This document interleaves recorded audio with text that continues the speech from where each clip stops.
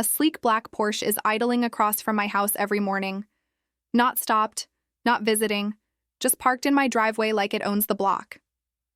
The engine purrs at dawn. A kid in a crisp polo hops out, slams the door, and disappears. The neighbors roll their eyes. I ask politely. I slide notes under the windshield wiper. I call his mother, Karen, who laughs and says, "He's family. It can wait." When polite requests dissolve into entitlement, something in me snaps. This isn't just a car. It's a symbol of being invisible, of rules bending for the loudest voice. I make a choice that fractures my own sense of right and wrong. What follows is a collision of pride and consequence, a thrill that tastes like victory, a chain reaction of gossip and police lights, and a reckoning that asks whether damage can ever really fix what's been broken. This is a story about power, small rebellions, and the price of taking justice into your own hands. Narrator, 30s weary, stands at the window with a mug, watching the street. The sun has barely cut the horizon. Across the narrow strip of asphalt, a black Porsche sits casually in my driveway as if it grew from the concrete. Narrator, VO. Every morning, the same choreography. The engine hums. He steps out, posture immaculate, like a boy who's never been late to anything in his life. The Porsche doesn't belong to him the way his father's money does. It belongs to him the way privilege does. Assumed. Cut to XT. Driveway. Continuous the boy. Late teens, entitled, polished. Drops a backpack in the grass, slams the door, and throws a casual glance back. He doesn't see me. Few people ever see me. Narrator, VO. At first I assumed it was a mistake.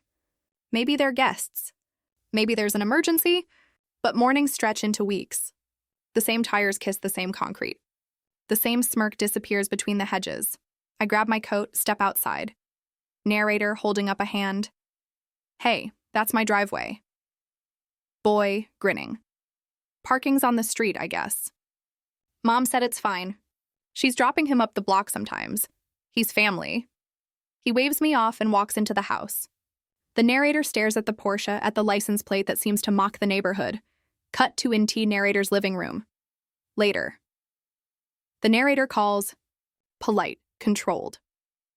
Narrator on phone. Hi, this is the house on Elm. I think your son's been parking in our driveway. Karen, OS. Through phone. Oh, bless. He's just popping by.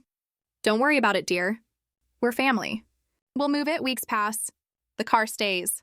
Notes taped under the wiper. Please don't park here. Fade into drizzle. Texts are ignored. Conversations with neighbors reveal variations on the same theme. She's busy. They have nowhere else. It's only for 10 minutes. Narrator, VO. When systems fail, when polite channels exhaust, you start cataloging slights. And then the small moments accrete into something larger, a story about who is allowed to take up space and who has to keep shrinking. Montage, a series of morning shots. The Porsche at dawn, gleaming. The boy in a suit one day, skateboard another, always the same rehearsed indifference. The narrator leaving for work, their path circumnavigating the car. The narrator stopping at a community board meeting, asking what rights residents have, listening to sympathetic shoulder shrugs. Narrator, VO. I am reasonable. I am patient. I am citizenly. I am the kind of person who believes in rules because once they protected me. But rules are only as strong as those who enforce them.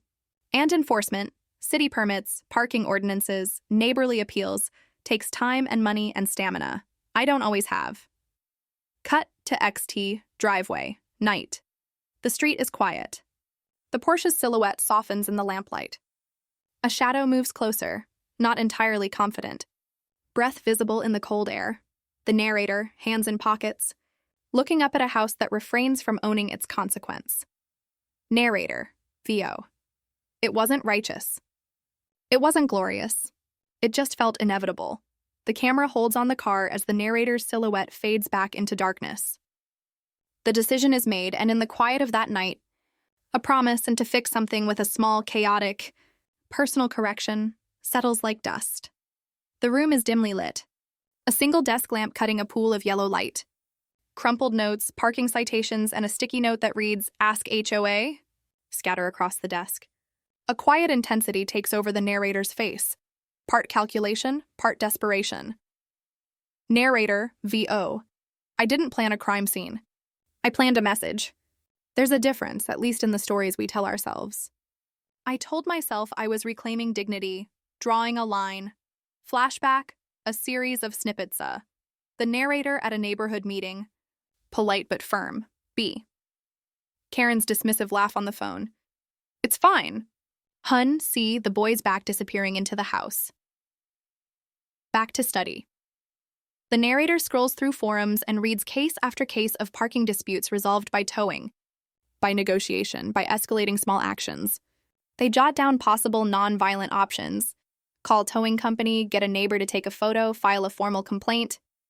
Each option includes a bureaucratic delay, a week here, 2 days there, a pile of forms and phone trees. Narrator, VO. The law is patient. Anger is not a moment of stillness.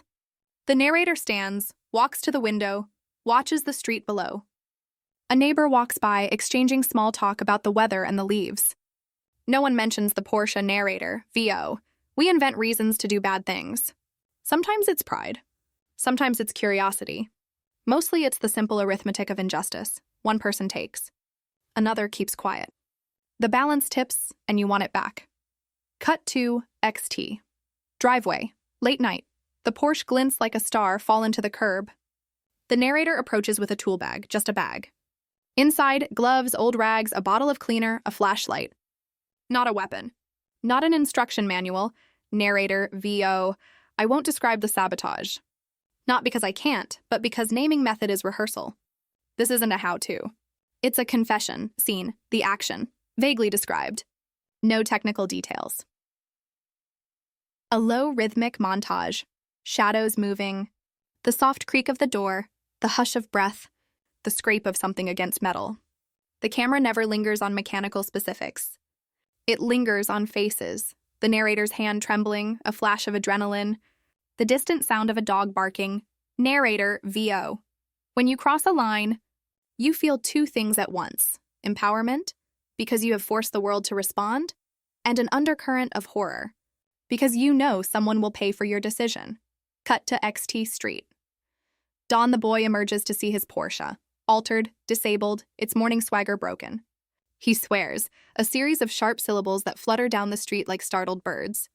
Karen storms out onto the porch, phone already in hand. Karen, who did this? Who the hell did this? Neighbors gather, whispered accusations like ripples.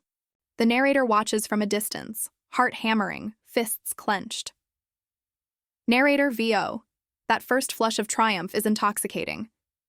But it evaporates fast when your name isn't the only thing at stake. You realize someone else will clean up. Someone else will call the police. Someone else will get a bill they didn't earn.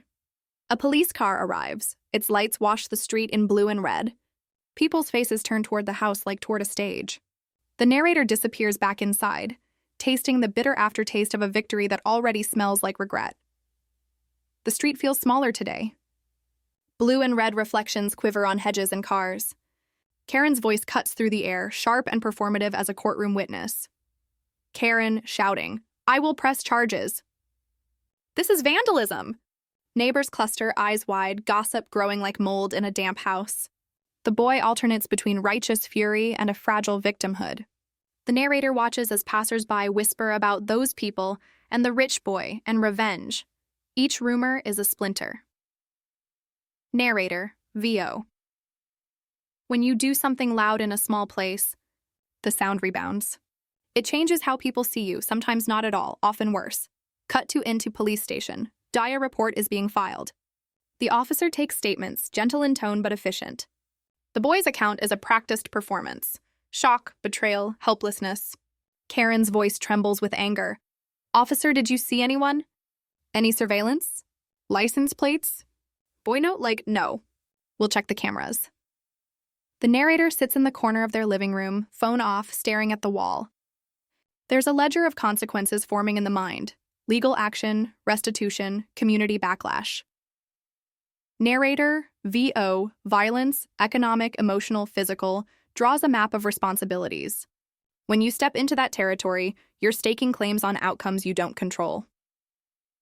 Cut to XT, local coffee shop, day neighbors whisper. A woman I've seen before looks at me with a mixture of triumph and pity. Neighbor. We all knew something would happen. Not like this, just something. Gossip montage, texts. Fly between residents. A neighborhood Facebook group explodes with opinions. A local paper's online comment section threads into moral debate. Narrator, VO. The narrative splits into tidy camps. Vigilante, hero, criminal, complainer. It's absurd. People love categories because they relieve them of thought. My neighbors chose theirs faster than I could explain myself. Int, narrator's living room. Nighty replay that night, analyzing every decision like a critic with a chalkboard. The adrenaline was a drug. The aftermath is the come down. Narrator, softly to self. What did you hope to prove? That you existed? That someone else would hurt less? There's no applause. Only the slow accrual of complications. The boy is pressing charges, the insurance will file, and someone has posted an anonymous video online. The narrator watches the comments scroll, some sympathetic, others merciless.